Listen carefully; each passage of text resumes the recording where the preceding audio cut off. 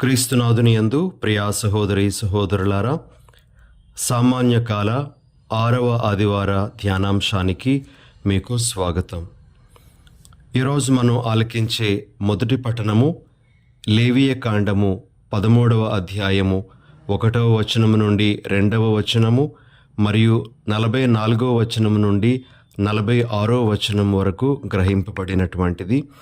అదేవిధంగా సువార్త పఠనము మార్కు సువార్త 1వ అధ్యాయము 40వ వచనం నుండి 45వ వచనం వరకు గ్రహింపబడినటువంటిది.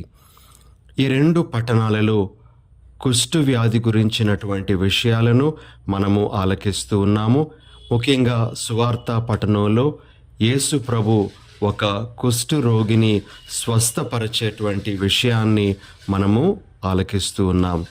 మరి ఈ రెండు పట్టణాల ఆధారంగా ఈరోజు మనము కొన్ని సందేశాలను స్వీకరించడానికి ప్రయత్నం చేద్దాం. ఒకానొకప్పుడు కుష్టు వ్యాధి అతి భయంకరమైనటువంటి వ్యాధి.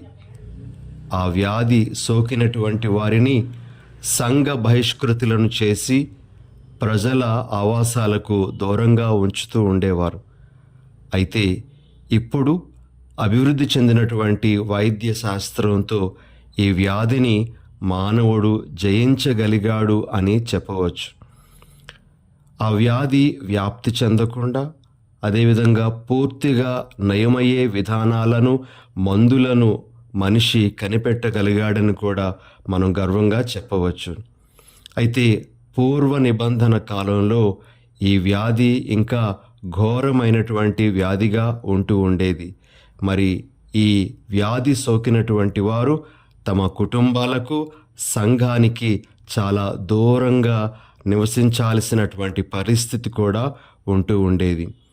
అయితే ఈరోజు ఈ ఆదివారం నాడు పఠనాలు ఈ కుష్టు వ్యాధి రోగుల గురించి మనకు తెలియజేస్తూ ఉండగా కొన్ని విషయాలను మనము మొదటిగా తెలుసుకోవడానికి ప్రయత్నం చేద్దాం. మనము మొట్టమొదటిగా కుష్టు వ్యాధికి పాపముతో గల పోలికలను మనము చెప్పటానికి, గ్రహించడానికి ప్రయత్నం చేద్దాం.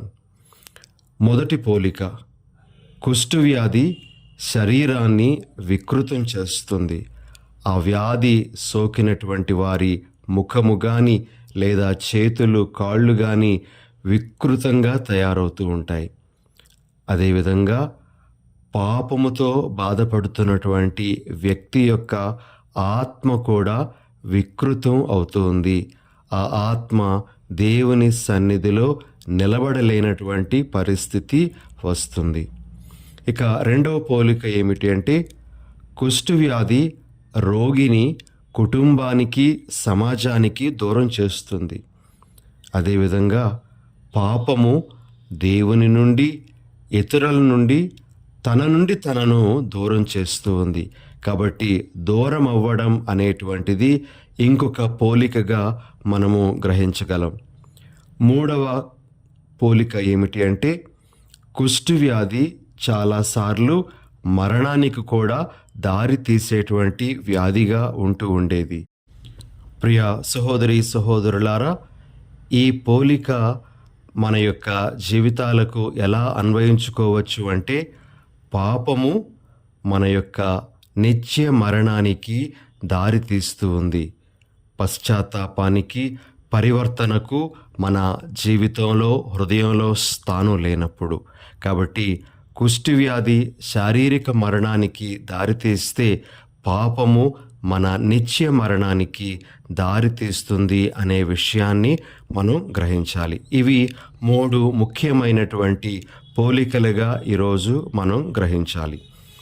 ఇక యేసు ప్రభువు కుష్టు రోగిని నయముపరిచినటువంటి ఆ విధానము, స్వస్థపరిచినటువంటి విధానము, ఆ విధానం నుండి మనము నేర్చుకోవలసినటువంటి కొన్ని విషయాలను కూడా ఈ సమయంలో నేర్చుకోవడానికి ప్రయత్నం చేద్దాం. యేసు ప్రభువు కుష్టు రోగిని పూర్తిగా స్వస్థపరచడం ద్వారా పాపము అనేటువంటి కుష్ఠంతో బాధపడుతున్న వారిని స్వస్థపరచగలరు అనే విషయాన్ని మనకు ఎరుకుపరుస్తూ ఉన్నారు. మరి ఆ వ్యాధి తిరుగుముఖం పట్టడం కానీ, తిరిగి రావడం కానీ అనేటువంటిది మనకు కనిపించదు. సంపూర్ణమైనటువంటి స్వస్థత అనేటువంటిది యేసు ప్రభు యొక్క స్వస్థతలో మనకు కనపడుతుంది. అలానే యేసు ప్రభు ఈ లోకంలో అవతరించడానికి గల ముఖ్య కారణము ఆయన ప్రజలను వారి పాపముల నుండి రక్షించును అని మనము మత్తయి సువార్త 1వ అధ్యాయము 21వ వచనంలో చదువుతాం. అదేవిధముగా పౌలు గారు రోమీలకు వ్రాసినటువంటి లేఖ 8వ అధ్యాయం 3వ వచనంలో కూడా మనము ఈ విధంగా చదువుతాము. పాపమును తొలగించుటకై మానవుని పాపపు శరీరము వంటి స్వభావముతో వచ్చెను అని. కాబట్టి ప్రభు ఈ లోకానికి వచ్చిందే పాపమును తొలగించటానికి, పాపమును తీసివేయడానికి అనే విషయాన్ని మనము గుర్తించాలి. కాబట్టి యేసులో పాపము నుండి పూర్తి విడుదల, పాపము నుండి పూర్తి రక్షణ మనకు ఉంది అనే విషయాన్ని మనం నమ్మాలి. ఆ విధంగా రక్షణ పొందాలి అనే విషయాన్ని మనం గ్రహించాలి. సువార్తలో కుష్ఠరోగి ప్రభువును నమ్మి సమీపించాడు. మరి మనం కూడా ఆ ప్రభువును నమ్మి సమీపిస్తే ఆయన మనకు కూడా పాపము నుండి విడుదల తప్పనిసరిగా దయచేస్తారు. మన ఆత్మలను ఆయన శుద్ధి చేస్తారు అనే విషయాన్ని మనము గ్రహించాలి. ఇంకొక ముఖ్యమైనటువంటి అంశం ఈ ఘట్టంలో మనకు కనిపించేటువంటిది ఏమిటి అంటే, యేసు ప్రభు మనము అడిగిన దానికంటే, కోరిన దానికంటే కూడా ఎన్నో రెట్లు అధికంగా చేస్తారు. మనము పౌలు గారు ఎఫెసీయులకు రాసినటువంటి లేఖ 3వ అధ్యాయము 20వ వచనంలో ఈ విధంగా ఈ వాక్యాన్ని ఆలకిస్తాం. మన యందు పనిచేయు శక్తి ద్వారా మనము కోరిన దానికంటేను, ఊహించిన దానికంటేను ఎన్నో రెట్లు అధికముగా నెరవేర్పగల ఆ దేవునకు, దైవ సంఘమునందును, క్రీస్తు యేసునందును తరతరములు సదా మహిమ కలుగునుగాక. ప్రియులకు సహోదరి సహోదరులారా, కుష్ఠరోగి ప్రభువు తనను తాకి స్వస్థపరుస్తారని ఎప్పుడూ ఊహించలేదు. బహుశా దూరము నుండే నీకు శుద్ధి కలుగునుగాక అని చెప్తారేమో అని అనుకొని ఉండవచ్చు. అయితే ప్రభువు ఆ కుష్ఠరోగిని తాకి స్వస్థపరచడం అనేటువంటిది చాలా గొప్పదైనటువంటి విషయము ఆ వ్యక్తి జీవితంలో. ఎందుకు అంటే ఆ రోజుల్లో కుష్ఠవ్యాధి సోకినటువంటి వారు అస్పృశ్యులు. యూదా సాంప్రదాయంలో వారు అంటరానటువంటి వారు. తమ కుటుంబాలకు, గ్రామాలకు దూరంగా ఉంటూ ఉండేవారు. ఎవరైనా వారి దరిదాపులకు వచ్చినట్లయితే వీరే గట్టిగా మేము అపవిత్రులము అని అరిచేటువంటి పరిస్థితి కూడా ఉంటూ ఉండేది. తమ యొక్క తలలను వారు దువ్వుకోకూడదు. ఇలాంటి ఆంక్షలు ఎన్నో ఉంటూ ఉండేవి. అయితే ఆ ఆంక్షలన్నీ ఓ ప్రక్కన పెట్టి ప్రభువు ఆ వ్యక్తిని తాకి స్వస్థపరచడం అనేటువంటిది ప్రభు మనం అడిగిన దానికంటే, ఊహించిన దానికంటే ఎన్నో రెట్లు ఎక్కువగానే చేస్తారు అనేటువంటి విషయం మనకు బోధపడుతుంది. కాబట్టి ప్రియ సహోదరి సహోదరులారా, మనము మన మానవ అవసరాలతో ఏదో మనకు కావలసినటువంటి దాని గురించి మాత్రమే అడుగుతాం. అయితే ప్రభువు మాత్రము తన దైవ జ్ఞానంతో మనము అడిగిన దానికంటే కూడా ఎన్నో రెట్లు అధికంగా ఇస్తారు అనే విషయాన్ని మనం ఎప్పుడు కూడా మర్చిపోకూడదు. ఇక ఇంకొక విషయం, యేసు ప్రభు కుష్ఠరోగిని స్వస్థపరుస్తూ పలికినటువంటి మాటలు మార్కు సువార్త 1వ అధ్యాయము 41వ వచనంలో మనము ఈ విధంగా ఆలకిస్తాం. నాకు ఇష్టమే, శుద్ధిని పొందుము. ఈ మాటల ద్వారా ప్రభువు ఎల్లప్పుడూ మన మేలును కాంక్షించేవారనే మనము అర్థం చేసుకోవాలి. కొన్నిసార్లు జీవితంలో జరిగేటువంటి దురదృష్టకర సంఘటనలు దేవునికి మనము వ్యతిరేకంగా మారేటట్లుగా చేస్తూ ఉంటాయి. కొంతమంది ఈ ఉచ్చులో పడి దేవునికి దూరం అయిపోతూ ఉంటారు, దేవునికి వ్యతిరేకులైపోతూ ఉంటారు. మేము ప్రార్థన చేసినప్పుడు మాకు ఈ మేలు దేవుడు ప్రసాదించలేదు, మేము కోరినది మాకు దేవుడు ఇవ్వలేదు, ఇక ఆ దేవునితో మాకేం పని అనేటువంటి విధంగా దేవునికి వ్యతిరేకంగా తిరిగేటువంటి వారు కూడా చాలామంది మనకు కనబడుతూనే ఉంటారు. అయితే ప్రియ సహోదరి సహోదరులారా, దేవుని అనంతమైనటువంటి ప్రణాళికలో ఆయన మనలను నిత్యము ప్రేమించేవారని, మన మేలును సదా కాంక్షించేవారని మాత్రము మనము ఎప్పుడూ మర్చిపోకూడదు.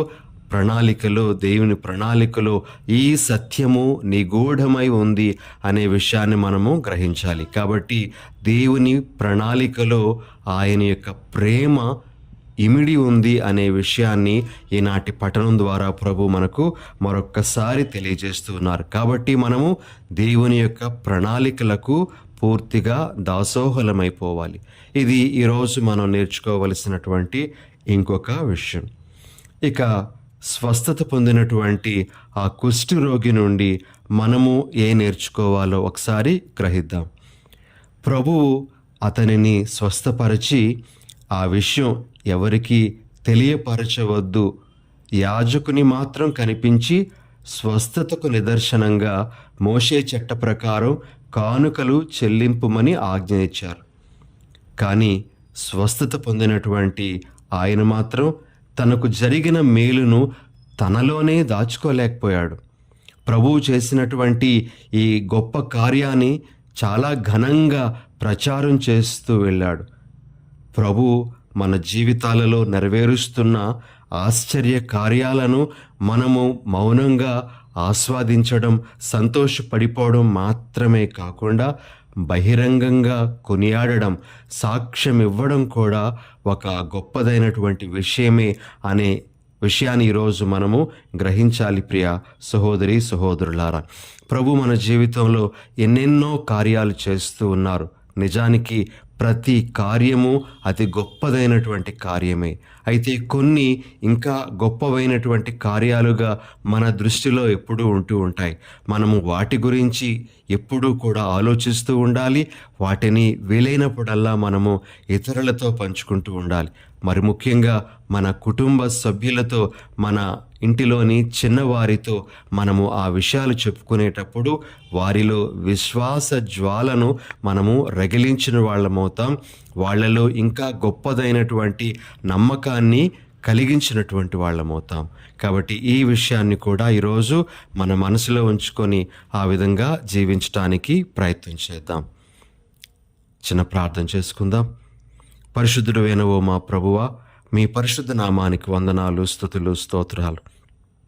ప్రభువా, ఈనాటి సువార్త పట్టణంలో కుష్టు రోగిని స్వస్థపరిచినటువంటి ఘట్టాన్ని మేము ఆలకించాం. మీరు మా మేలును సదా కాంక్షించేటువంటి వారు. మేము అడిగిన దానికంటే, ఊహించిన దానికంటే ఎన్నో రెట్లు అధికంగా ఒసగేటువంటి శక్తి గలవారు. ప్రభువా, మమ్ములను ఎల్లప్పుడూ మీ ప్రేమలో కాచి కాపాడండి. దేవా, ముఖ్యంగా మా ఆత్మకు పట్టినటువంటి కుష్ఠము నుండి మమ్ము విడిపించండి.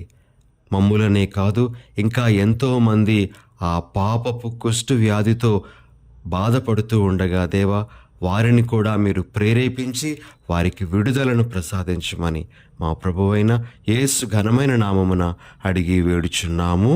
ఆమెన్.